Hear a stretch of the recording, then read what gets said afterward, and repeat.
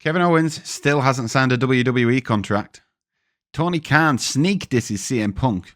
And The Undertaker isn't scared of cucumbers. I'm Jordy In The Bank and welcome to Wrestling Republic News, your daily show which brings you all the non-dirt sheet wrestling news in the time it takes you to drink your morning coffee. Well, let's get into it, shall we?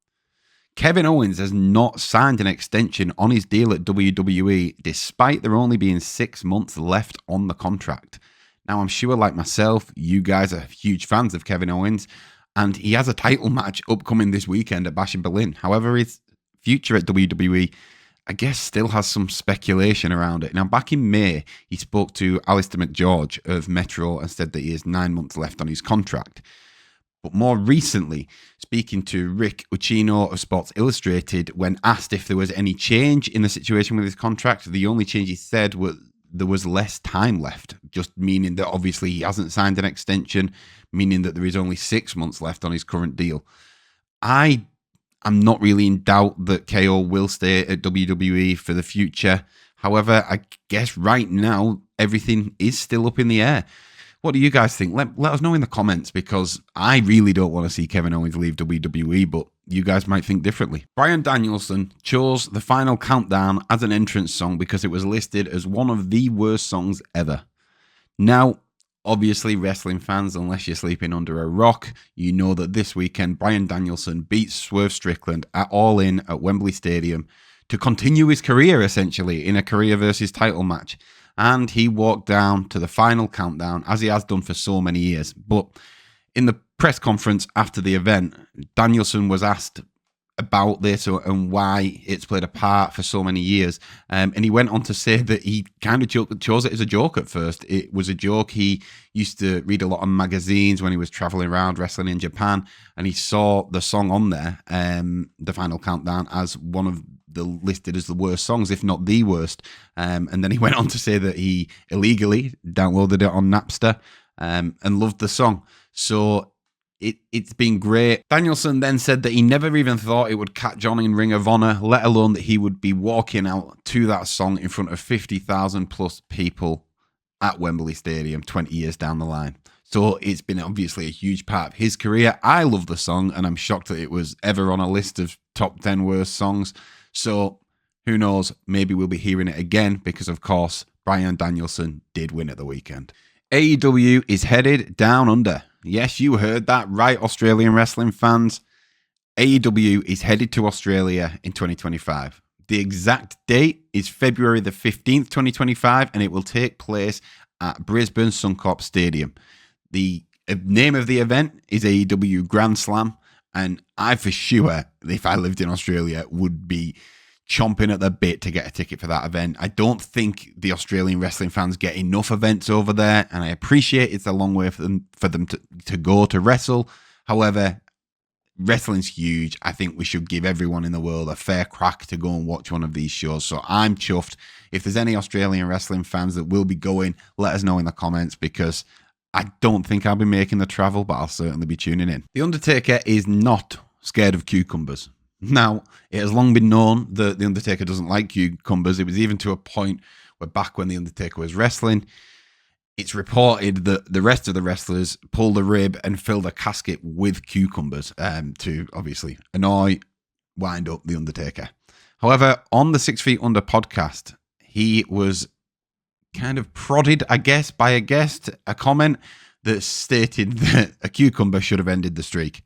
Now, The Undertaker didn't take to this very well at all, saying that he's kind of fed up of all the cucumber stuff.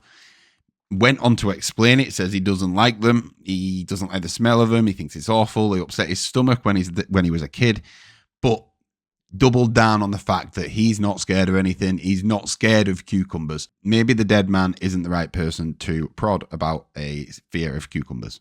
And we all know that on Wrestling Republic. So make this very clear in the headline. He is not scared of cucumbers. He just doesn't like them. Rossi Ogawa's Marigold promotion will be running a show in Las Vegas during WrestleMania weekend. You heard that right. Marigold is going to America. Now, all this comes out from Rossi Ogawa himself speaking to Tokyo Sports.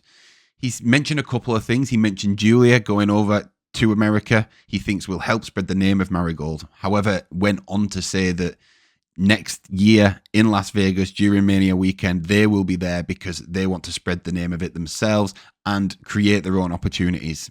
He went on to say that he thinks it's probably best they start making preparations for that now. I personally think that this is a good move. You guarantee that you're going to have wrestling fans in and around Las Vegas for that weekend, for that week probably. So why not capitalize on it? I think it's a good move, but you guys let us know in the comments. What do you think? Tony Khan says the AEW locker room at All In is in an easier place than it was a year ago. Now, this all came out in the All In post-show press conference when Tony Khan was asked about a few things, his creative process. He went on to say that there was 27 to 30 people that he works with, but he gets pitched hundreds of ideas. However, the interesting things were really when he was speaking in regards to Collision and the build-up into All In. He went on to say that last year Collision had just started when they were heading into All In, and there was obviously a few things, issues backstage that he had to deal with, people that he had to deal with, that came out at Wembley. He mentioned, though, that it's in an easier place now and things seem to be better from his perspective. Now, although he hasn't mentioned CM Punk, I think it's blatantly obvious that we all know what he's referencing there. And if that's the case, that Collision is in a better place, then fantastic. CM Punk is obviously, seems like he's happy. If Tony Khan's happy, if AEW's happy, then we're all happy. Wrestling Republic's happy. I hope you're happy too. It saddens me to say that Psycho Sid has passed away following a battle with cancer at the age of 63. This was confirmed yesterday on X by his son. All of us here at Wrestling Republic are deeply saddened by the news, and our thoughts and wishes go out to Sid's family. Growing up, Sid was a champion when I probably first started watching wrestling. Certainly looking back at VHS tapes and things like that, he's probably somebody who doesn't get enough credit as he deserves. I know that he wrote on X a while ago, this year, in fact, that he would love that if 2025 was the year that he got inducted into the Hall of Fame. So it's sad that he's passed. I hope that he makes it into the Hall of Fame one day. And yeah, like I said, from everyone here at Wrestling Republic, not just myself, we're all saddened to hear it, and all of our thoughts are with the people affected by this. And that is all the news that we've got time for today, guys. So you know what I'm about to say. I know I sound like a broken record, but please, if you like the video, hit that like button, leave us a comment, and subscribe to the channel, because it does honestly help us more than you know. And if you are a wrestling fan like me, you want more content, tune in every day to our daily broadcast, which is broadcast at 8 p.m. UK time, 3 p.m. Eastern time, and 12 p.m. Pacific. We've been Wrestling Republic News. I've been Jordy in the Bank. You stay classy, wrestling fans. Have a good day.